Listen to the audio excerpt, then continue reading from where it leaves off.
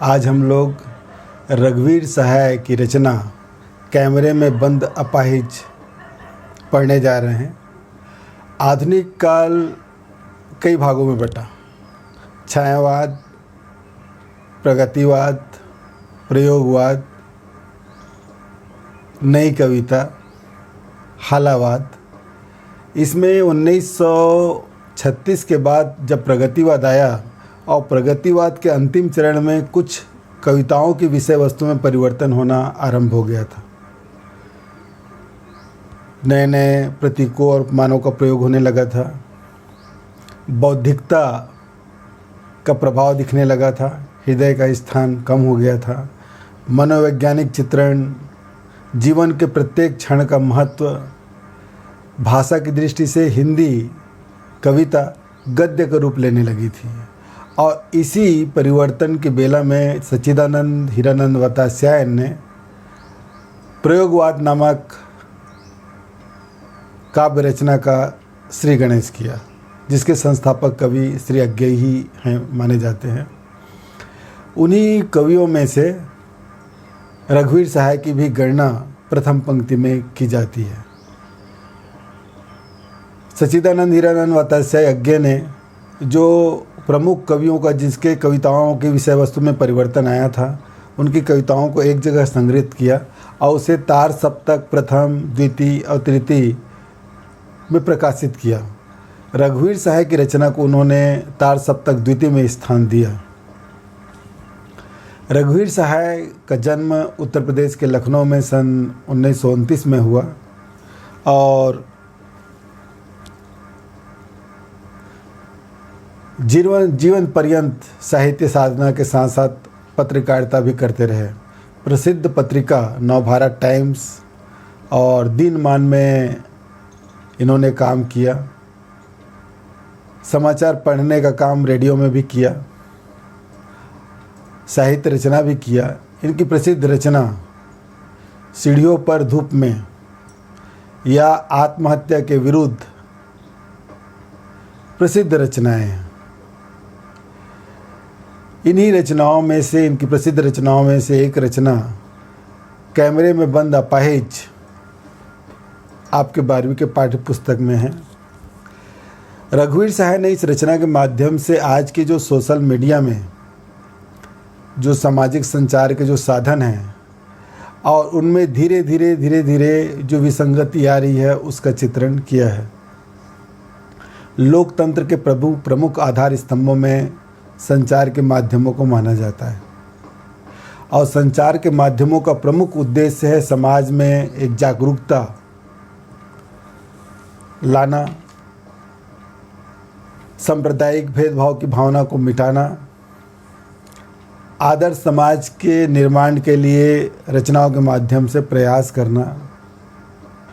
ये लोकतंत्र के आधार स्तंभ जिसको माने जाते हैं संचार के माध्यम, चाहे वो दूरदर्शन हो, चाहे वो रेडियो हो या समाचार पत्र हो या और कोई भी माध्यम, पत्र पत्रिकाएं हों, और सबका उद्देश्य है एक आदर्श समाज की स्थापना। इतने महान उद्देश्य को चलने वाली आज का ये संचार के साधन अपने उद्देश्य से भटकते जा रहे हैं। इनका जीवन पूरी तरह से अर्थ केंद्रित हो गया है। क्या कार्यक्रम प्रस्तुत करें दूरदर्शन में कि हमारा टीआरपी बढ़े, लोग ज़्यादा से ज़्यादा देखें। लोग ज़्यादा से ज़्यादा देखेंगे तो विज्ञापन देने वाली कंपनियां हमारे पास आएंगी और विज्ञापन के लिए उन विज्ञापनों के लिए हम मुँह मांगी रकम प्राप्त कर सकते हैं। समाचार पत्र में ऐसा क्या सनसनीखेज खबर छपे कि समाचार के पाठक हमारे ही समाचार पत्रों को प्रमुख रूप से खरीदें और पढ़ें ताकि हमारा लाभ हो। तो चाहे समाचार माध्यम हो, पत्र के माध्यम से या दूरदर्शन हो, सबका उद्देश्य दुख को बेचना हो गया है, बाजारूपन आ गया है, उद्देश्य से हट गए हैं सब। कोई कारुणिक दृश्य को दिखाना चाहते हैं और उसके दिखाने के पीछे उसका कोई सामाजिक सरोकार नहीं रहता।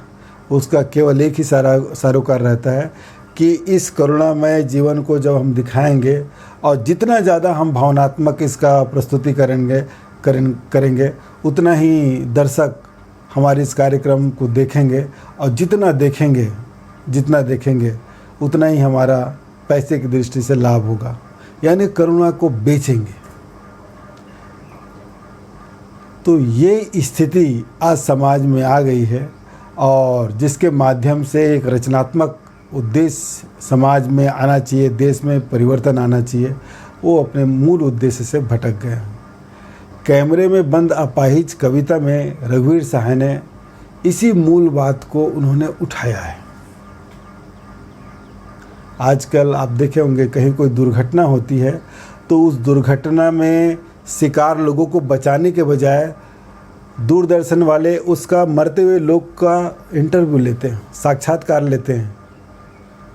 उदाहरण के लिए समझ सकते हैं कि पानी में बाढ़ आ गई और पानी में कोई आदमी डूब रहा है, तो उसको बचाने के बजाय दूरदर्शन वाले क्या कर रहे हैं, तो आप पानी में डूब रहे हैं, आपको डूबना कैसा लग रहा है, उसको डूबने से बचाना छोड़कर दूरदर्शन वाले या बहुत सारे लोग जो अपने मोबाइल से फ़ोटो खींचते रहते हैं, उस व्यक्ति की जान बचाने से ज़्यादा चिंता उनको फ़ोटो खींचने में है, उसका फिल्म बनाने में है, और उसको व्हाट्सएप के माध्यम से या दूरदर्शन के समाचार माध्यम से ब्रेकिंग न्यूज़ बनाकर फैलाने पे है।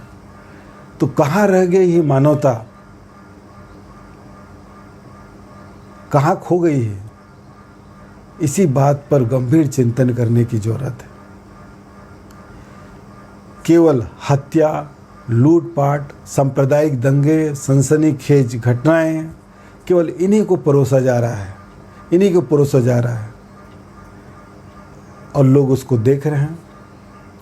आप पूरा दूरदर्शन में जितने भी धारावाहिक आते हैं, जितने भी चैनल्स हैं, उस सारे धारावाहिक और चैनलों को देखिए आप, उसमें क्या रचनात्मक उद्देश्य को लेकर कोई बात दिखाई पड़ती है?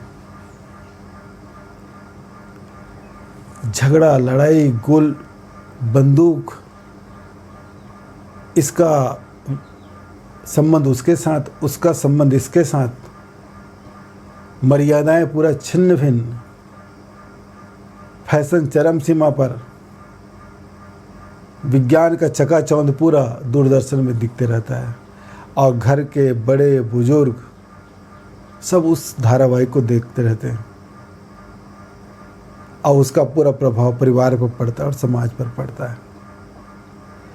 तो दूरदर्शन में पूरा मसाला प्रस्तुत किया जाता है, उद्देश्य केवल भावनात्मक शोषण, कि हम क्या प्रस्तुत करें कि लोग ज़्यादा से ज़्यादा हमारी घटना, हम जो प्रस्तुतिकरण कर रहे हैं या हम जो प्रसारण कर रहे हैं उसको देखें, समझो और हमारा लाभ हो।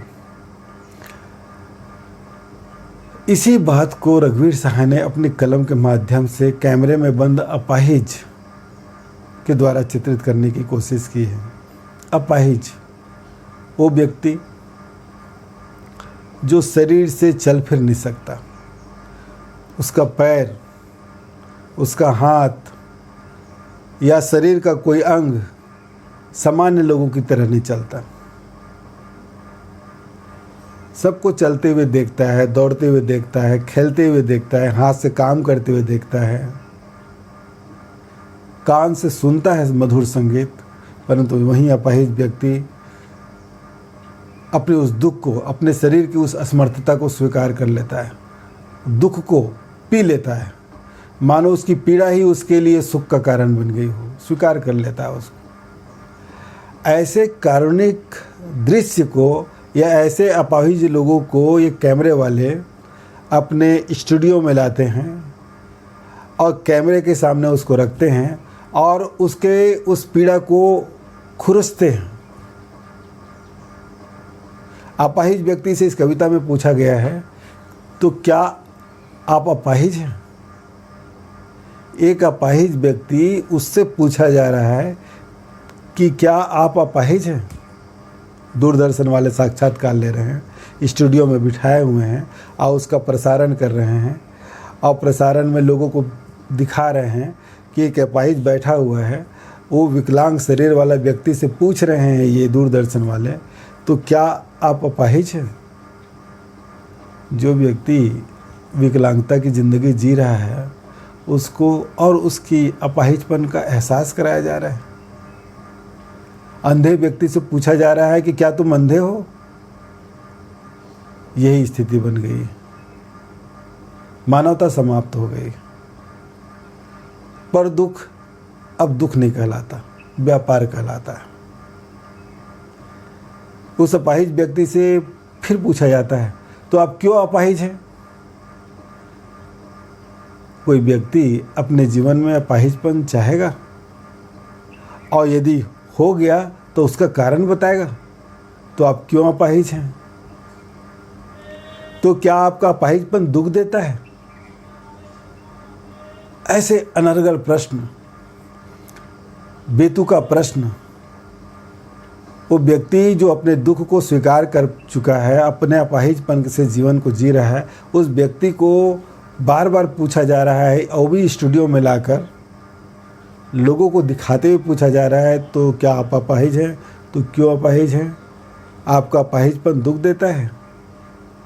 और इस प्रकार उसके अपाहिजपन को बड़ा बना बनाकर परोसते रहते हैं लोगों तक।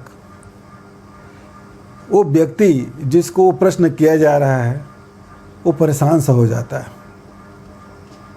वो परेशान इसलिए नहीं हो जाता है कि उसके अपाहिजपन का उसको बोध कराया जाता है। ये लोग जो परेशान कर कर के पूछ रहे हैं, उसके उन लोगों के द्वारा जो परेशान किया जा रहा है, उसके भीतर को कुरेदा जा रहा है, इसलिए वो दुखी हो जाता है। इस पाठ में हम पूरी इस बात को देखेंगे कि कैमरे में बंद एक अपाहिज है और उसको दूरदर्शन वाले लाए हुए हैं, और दूरदर्शन वाले मेरी बातों को समाज तक पहुंचा दे और मैं बदनाम हो जाऊं, और इसका पूरा दुरुपयोग करते हैं दूरदर्शन वाले। आप पैसा दे दीजिए, आपके चरित्र में चाहे कितना भी दाग लगा हो, यदि अर्थ बल है, आपके पास धन का बल है, तो आप दूरदर्शन वालों को उसका लाभ ले सकते हैं देकर। उसको दे दीजिए। आपका गुणानुवाद के लिए तो कसीदे कसने लग जाएंगे। सुबह शाम समाचार में देखते हैं, दूरदर्शन में क्या देखते हैं? जो सांप्रदायिक आग में जलाने का काम करता है, सांप्रदायिक आग, जो मानवता को भूल चुका है, जो स्वार्थ में डूबा हुआ है, उन्हीं लोगों का पूरा दूरदर्शन में गुणानुवाद। ये फलाना राजनीतिक दल का नेता, इसने समाज में ये किया, इसके समाज में इसने विकास के ये काम किया, तरह तरह के कर कुछ नहीं रहा है, परंतु पैसे के कारण उसको सामर्थ्यवान बता दिए, शक्तिशाली बना दिए। और यदि उनके स्वार्थों की पूर्ति नहीं हुई तो क्या करेंगे दूरदर्शन वाले? कोई ना कोई आपकी छोटी मोटी कमजोरी को ढूंढने का प्रयास करेंगे, और नहीं मिलेगा तो आपको आरोप लगाएंगे। आरोप लगाकर उसको दूरदर्शन में प्रसारित करने की कोशिश करेंगे, और फिर आप डर जाएंगे कि कहीं मैं बदनाम ना हो जाऊं। अब फिर आप उसकी जेब भरेंगे, और जेब भरते ही वो फिर आपकी प्रशंसा में गीत गाने लगेंगे। इसलिए किसी को छोटा बड़ा बनाने की शक्ति इनके पास, संचार के माध्यमों के पास होती है, इसलिए अपने आप को बहुत शक्तिशाली और सामर्थ्यवान मानते हैं। तो ये दूरदर्शन वाले क्या कह रहे हैं? हम बोलेंगे, हम शक्तिशाली हैं, हम समाज के दुर्बल वर्ग को, उपेक्षित वर्ग को, जिसकी ओर कोई ध्यान नहीं देता, उस पर हम बोलेंगे और उसकी पीड़ा को आपके सामने रखने की कोशिश करेंगे।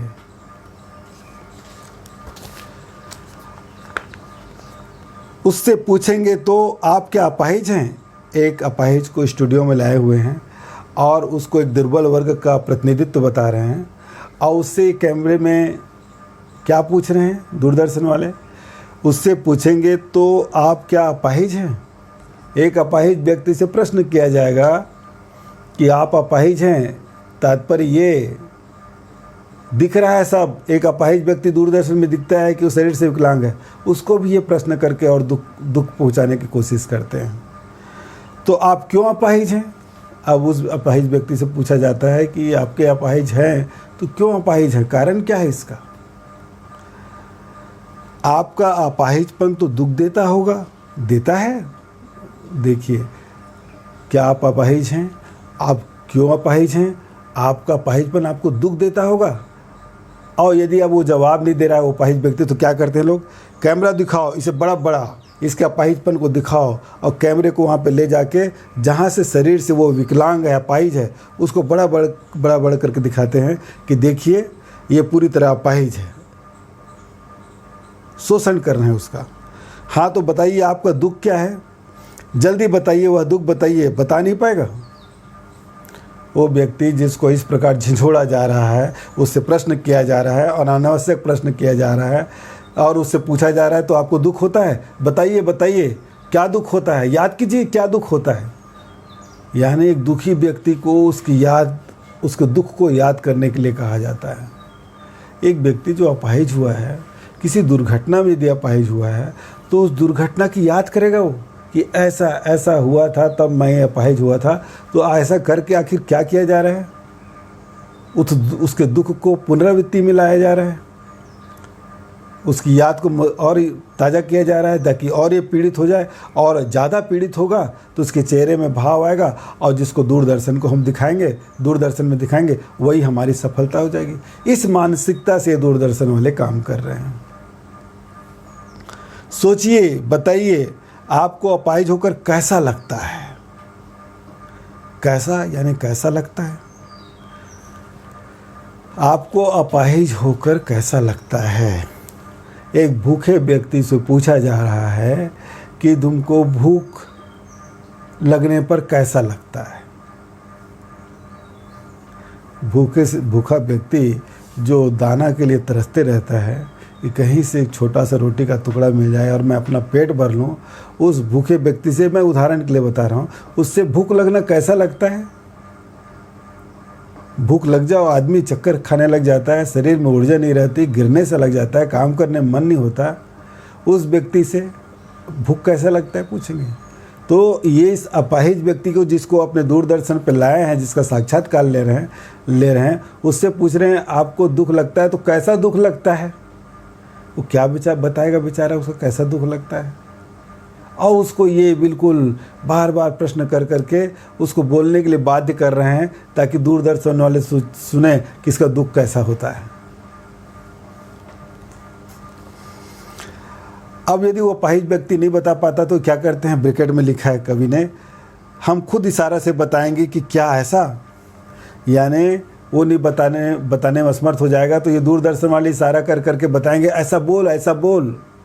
दूर से इशारा करेंगे ताकि वो व्यक्ति वैसा करे, वो अपाहिज व्यक्ति वैसा करे, तो अपाहिज व्यक्ति वैसा करेगा तो दर्शक देखेंगे उसको और उससे दूरदर्शन वाले की सफलता मानी जाएगी, क्योंकि लोगों तक वो बातें पहुंचाना चाह रहा है जो ये चाहता है, दूरदर्शन वाला चाहता है। यही स्थिति बनी। सोचिए, बताइए, थोड़े कोशिश करिए, यह अवसर खो देंगे। आप जानते हैं कि कार्यक्रम रोचक बनाने के वास्ते हम पूछ कर उसको रुला देंगे, इंतज़ार करते हैं, आप भी उसके रो पड़ने का करते हैं। अब देखिए, उस अपाहिज व्यक्ति को जिसको दूरदर्शन पे लाए हुए हैं, उससे बार बार प्रश्न कर रहे हैं, वही प्रश्न कर रहे हैं। पहला प्रश्न तो यही दागा उन्होंने कि क्या आप अपाहिज हैं? एक अपाहिज व्यक्ति का पहला प्रश्न, एक अपाहिज व्यक्ति से पहला प्रश्न। दूसरा तो क्यों अपाहिज हैं? क्या आपको अपाहिज होने से दुख होता है? और दुख कैसा होता है? ऐसा प्रश्न कर करके और प्रश्न कर करके, और यदि वो बताने असमर्थ हो रहा है तो उसको इशारा से तुम ऐसा बोलो, तुम ऐसा बोलो, वैसा बोलो, ये सिखाते रहते हैं। और बार बार प्रश्न कर करके उसको इतना मानसिक दृष्टि से प्रताड़ित कर देते हैं कि वो रो डाले। और वो रो, अपाहिज व्यक्ति रो, तो ये दूरदर्शन वाले उसे क्या साबित करेंगे कि अपने अपाहिजपन के पीड़ा को वो बोल नहीं पा रहा है, इसलिए रो रहा है। देखिए मानसिकता क्या है। मानसिकता उसकी पीड़ा को दिखाना नहीं है। मानसिकता क्या है कि उसको इतना परेशान कर दो, प्रश्न कर करके, इतना प्रश्न कर करके वो रो, और उस रोते हुए आंसुओं को, उसकी आंखों के आंसुओं को दर्शक देखे और उसे ऐसा प्रस्तुत करिए कि अपनी इस अपाहिजपन के कारण ये बहुत दुखी है, समाज का ये दुर्बल वर्ग, और उस दुर्बल व्यक्ति को हम समाज में लाए, दूरदर्शन के सामने लाए हैं। देखो ये कितना पीड़ा में तड़प रहा है ये व्यक्ति, और उसके बाद उसको रोते हुए देखेंगे तो निश्चित रूप से दर्शक भावनाओं में बहेगा और वो भी रोएगा, और उसका रोना मानो इनकी सफलता है, क्योंकि वो दोनों को रुला दिए। और दोनों को रुलाने के पीछे मानसिकता क्या है इनका? पैसा, करुणा है, दुख है, और उस दुख को बेच रहे हैं। ये भी रोएगा, ये भी रोएगा, इसको ज़बरदस्ती रुलाएंगे और इसके रोने के कारण को वास्तविक बता के उसको रुलाएंगे, और इस प्रकार ये साबित करेंगे कि हम इसके दुख में बहुत दुखी हैं, बल्कि वास्तव में वो दुखी नहीं है, बल्कि वो उसको बेचकर पैसा कमाना चाहता है, क्योंकि वो लोकप्रियता हासिल करेगी उसका कार्यक्रम, और लोकप्रियता हासिल करेगी तो उसको पैसा मिलेगा। इसलिए दूरदर्शन वाले ऐसा करते हैं, और ऐसा करते समय वो कोई भी अवसर नहीं खोना चाहते। कोई ना कोई ऐसा नाजुक हिस्सा खोजते रहते हैं कि वो मिले और उसको हम बताएं और उसको दर्शक देखें और हमारा बाजार चल जाए, हमारी दुकानदारी हो जाए। फिर हम पर्दे पर दिखलाएंगे फूली हुई आँख की एक बड़ी तस्वीर। अब उसको परेशान कर करके रुला डाले हैं और बता रहे हैं कि इसकी पीड़ा के आंसू हैं। अब उसकी आँख के पास अपने कैमरे को ले जाएंगे और उसकी आँख को फूली हुई, आंसुओं से फूली हुई आँख को दिखाएंगे और बताएंगे कि पीड़ा बहुत गंभीर है, दर्द भरा हुआ है इसमें, ऐसा दिखाने की कोशिश करेंगे। बहुत बड़ी तस्वीर। और उसके होठों पर एक कसमसाहट थी, और ब्रैकेट में कवि ने लिखा है, आशा है आप उसे उसकी अपंगता की पीड़ा मानेंगे। आंखें फूली फूली दिखाएंगे और होठों पे कसमसाहट है। वो कसमसाहट किस बात की है?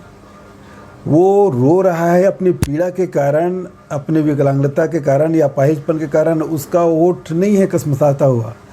ये जो व्यक्ति लोग दूरदर्शन वाले जो परेशान कर दिए हैं, उसके कारण इतना परेशान हो गया है कि गुस्से में आके भींचता है अपने होठ को,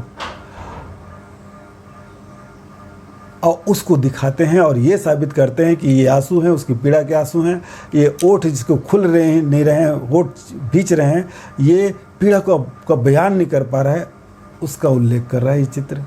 ऐसा इस प्रकार दिखाने की कोशिश करते हैं।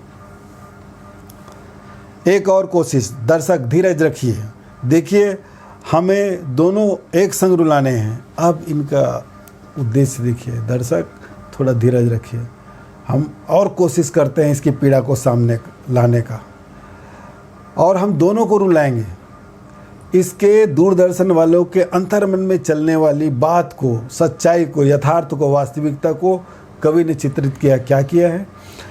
हम और कोशिश करते हैं कि ये और रो, इसके होठों में और कसमसाहट आए, और वो कोशिश करते हैं और कोशिश के पीछे उद्देश्य रहता है दोनों को हम एक साथ रुलाएंगे, आपको भी, दर्शकों को भी, और इस अपाहिज व्यक्ति को भी। और दोनों जब रोएंगे हमारा कार्यक्रम सफल हो जाएगा।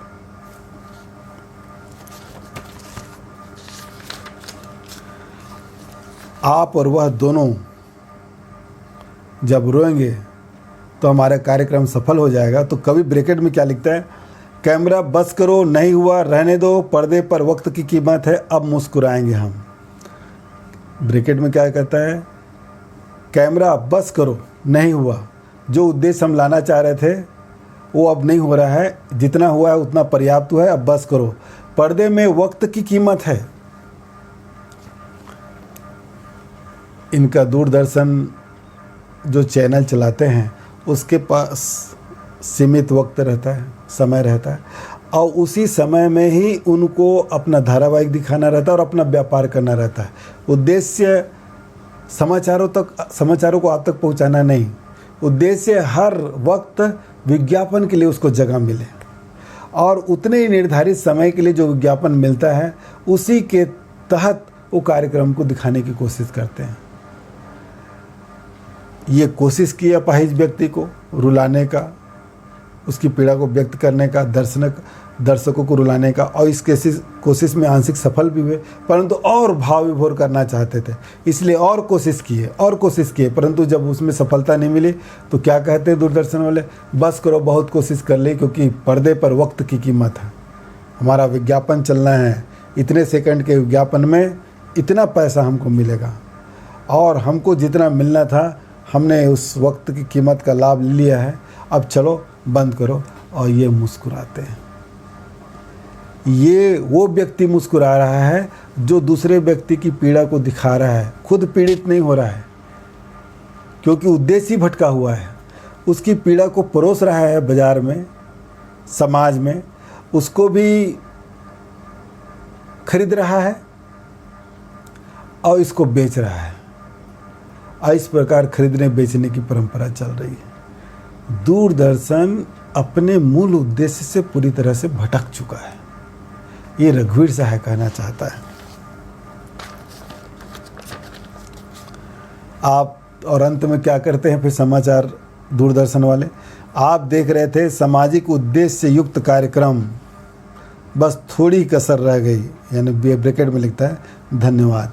और जब पूरा कार्यक्रम जब पूरा हो जाता है, उस अपाहिज व्यक्ति की पीड़ा को जिस उद्देश्य से दिखाना चाहते हैं, और जब पूरा हो जाता है तो दूरदर्शन वाले क्या कहते हैं, आप अभी जो वृत्त चित्र देख रहे थे, सामाजिक सरोकार से संबंधित समाज का एक वंचित वर्ग जिसकी ओर कोई ध्यान नहीं दे रहा है, उसको हमने समाज के बीच लाया है, और लोगों के भीतर, राजनेताओं के भीतर, बड़े बड़े जो नौकरशाह हैं उनके भीतर एक जागरूकता लाने का एक सशक्त प्रयास हमारे दूरदर्शन के माध्यम से हुआ। आप लोगों ने हमारे इस वृत्त चित्र को बहुत ध्यान से सुना, देखा।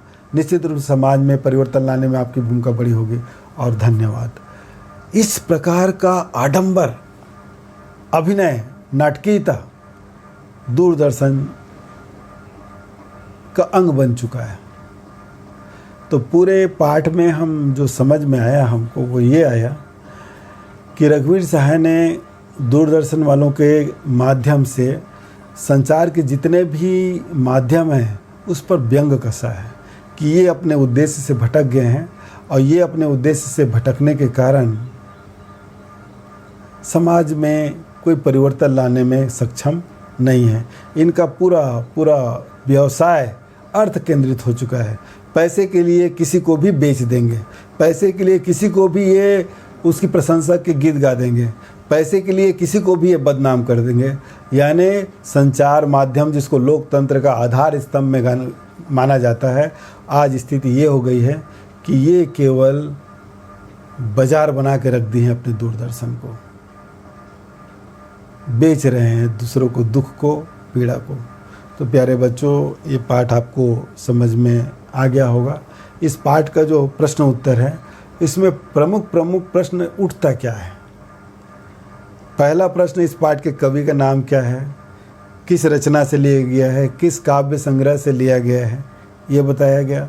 उसके बाद अपाहिज किसे कहते हैं, दूरदर्शन क्या है, अपाहिज अपने ओठों को क्यों कसमसाता है, अपाहिज क्यों रो पड़ता है, पर्दे में वक्त की क्या कीमत है। ये आखिरी में धन्यवाद कहते हैं, मुस्कुराते हैं, क्यों मुस्कुराते हैं और धन्यवाद देते हैं। इन सब बातें, छोटे छोटे प्रश्न इस पाठ से निकल रहे हैं, जिसको आपको अपनी भाषा में लिखना है। मूल बात समझ में आ गया है, बता दिया गया है। अब आप अपने मौलिक प्रतिभा का प्रयोग करते हुए इस पाठ के सारे प्रश्नों को पढ़ डालिए, लिख डालिए। सारी कापियाँ अभी तक जो मैं पढ़ाया हूँ वो पूरी हो चुकी होंगी, नहीं हो चुकी होंगी तो अब बिल्कुल आप सभी पाठ का, शुरू में मैंने पतंग पाठ पढ़ाया आलोक धनवा का, उसके बाद हम लोगों ने पाठ पढ़ा कविता के बहाने, आज पढ़ा है कैमरे में बंद अपाहिज। ये सारे पाठों का प्रश्न उत्तर, व्याख्या, रचनाकारों का परिचय, संक्षिप्त परिचय किताब में जो दिया है उसको पूरी तरह से कापी में लिख लीजिए। कापी जब चेक होगी तो मैं इन सब बातों को देखूंगा। धन्यवाद।